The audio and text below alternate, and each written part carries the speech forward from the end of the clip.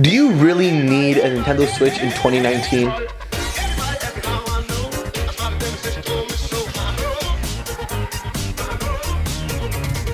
Hey there guys, Snake here, back here with another video, and today we're talking about the Nintendo Switch and why in 2019 you should go out and get one. More than that, if you're a gamer, why you need a Nintendo Switch in 2019. Now, Nintendo's been a really big part of the gaming community for so long, from the Wii to the DS, but this system is just completely different. It's the perfect system for no matter who you are. The console's been out for over 2 years now, so I assume you know what the Nintendo Switch is. If you don't, go watch reviews. I'm not going to be able to review it, but it's basically a hybrid system that could be a portable device, or you could dock it in and it can play on your TV. And that right there, that aspect of it being a hybrid is why it's so essential to your lifestyle. If you're someone that travels a lot or moves from place to place, this console is perfect for you. Are you someone who travels a lot, moves around a lot? The Switch can be played in portable mode. It's perfect.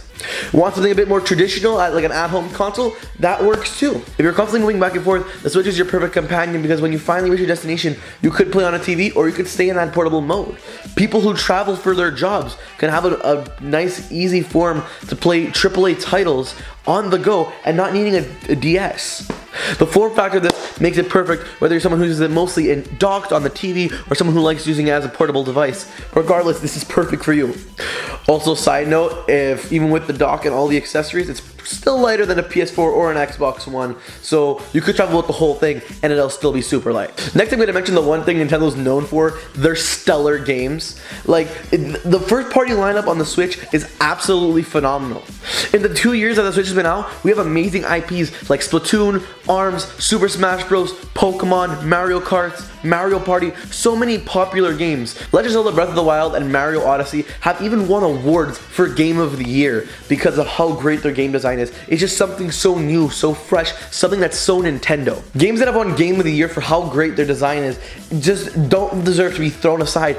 Give them a chance. Something that's so known about Nintendo is that these games that have won Game of the Year can only be played on their console. So you could get a PC, an Xbox, a PS4, whatever, but you can't experience these games unless you have a Switch. So even if you're a diehard PS4 fan or a diehard PC Master Race kind of person, then you could still get a Switch and still enjoy Switch games no matter what. And let's not mention the amazing third-party support that the Wii and Wii U almost never had.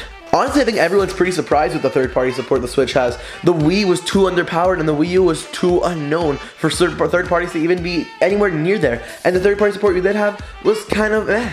But on the Switch, we have games like Skyrim, Dark Souls, Doom, Wolfenstein, LA Noire, Rocket League, so many amazing games on the Switch.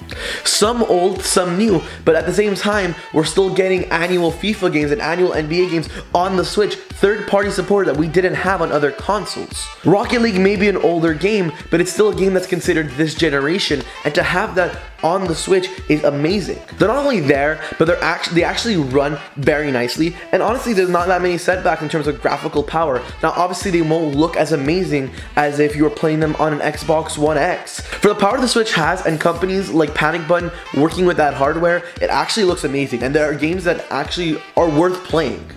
Many third-party games also go to the fact that there are a lot of indies on the Switch, and many people complain about that. Many people are worried and were worried, especially in year one, that Nintendo Switch was going to become an indie machine. People were worried about the system becoming an indie machine, but so what if it does? There are so many great indie games, and I'm not saying that all of them are great. If you go on the eShop, it is cluttered. If you go on the eShop, there are some that are just like, why are these even here? Get rid of them, they're garbage. But you find those gems, those games that are worth purchasing for $5, $10, and honestly, you get a lot of fun out of them.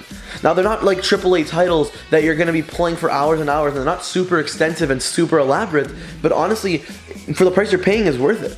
And there are also so many free games like Brawlhalla, Paladins, Fortnite. Yes, I know people don't know what Fortnite is, but I'm still mentioning it. Warframe, all that stuff. These free games are available on the Switch. If you're someone who buys a Switch, let's say because I want to play the new Smash Bros game, you don't have to worry about just playing the new Smash Bros game because there are so many free games to play. I have a friend who bought a Switch and only owns Smash Bros. He only has Smash Bros as a game that he paid for, but there are so many free games that are out there, and they cover really all genres. If you want to play a MOBA style game, you got Smite, FPS, Paladins, Battle Royale, Fortnite. And did I mention that every game I've mentioned before, all first party games, all third party games, all of this is portable. Everything I mentioned here is portable, can be played anywhere. Some games that involve internet connections, well, you need an internet connection. If you can't play Fortnite anywhere unless you connect to a mobile hotspot or something. But for the most part, all these games are free. Every indie game you purchase that is single player offline, you could play anywhere. Any first party AAA title you play, like Mario Odyssey or Breath of the Wild, you could play anywhere. I played Breath of the Wild on a 6-hour drive to New York, and it was worth it. Now when it comes to free games, obviously doesn't really matter what console you get it on. I can download Fortnite on every other system in the world and just connect my accounts.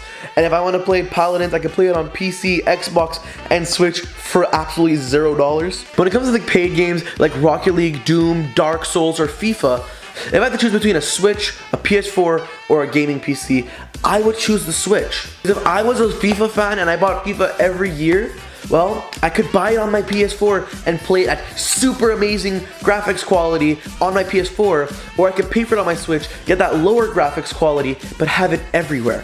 Now let me move on from that topic. Let's talk about online, because Nintendo has an online service, right? How does the online system work? To be honest, the Nintendo online system is kind of bad. It's not that amazing. Let's get the negatives aside. The servers aren't that great. They crash, they lag, they do their stuff. But Nintendo's not that great for servers. They never have been. There's no party system built into the Switch. I can't just add my friends up and talk in a party, and let alone voice chat can only be used from the actual mobile app. You can't just do it through the Switch. Nintendo's never been good with online systems and online servers. They never actually even had a paid service until the Switch. But for 25 Canadian dollars a year, it's really not that expensive.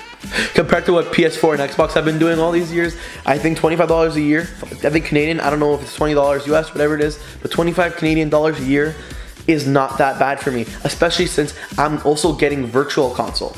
If you have Nintendo Online, you automatically get access to the Virtual Console app with NES and SNES games. There are only 40 or 50 as it is, and there's more being added every single month. I think that is worth it. Not to mention, Nintendo's teaming up with Xbox to make their online better. So honestly, I see it going up from here. Overall, in 2019, I think if you're a gamer and you love gaming, it's almost essential to have a Switch, especially if you're living the modern life where you don't know where or when you have any time to play at all. If you're someone who's commuting a lot for their work, you have that bit of time on the bus, you play on the bus. If you're traveling a lot, you play while you're traveling. You never really know when you'll have a chance to sit down and play a game. And I think if you're a gamer in 2019, you would like to have that way to play anywhere. And here we are at the end of this video, and I'm hoping that I've convinced you guys that, oh wait, I should get a Switch. It is very important, and it's honestly a really good piece of hardware that every gamer should have access to. Anyways guys, if you did like this video, give it a like, show your support, share this with your friends and family. Maybe it'll convince them that they should get a Switch or get you a Switch. Maybe if you're sending it to your parents or something. Let me know in the comments below what you think. Do you agree with me? Do you have a Switch? What are your thoughts? I want to know. Like and subscribe, new videos every single week. Anyways guys, I'm Snake. See you in the next one. Peace out.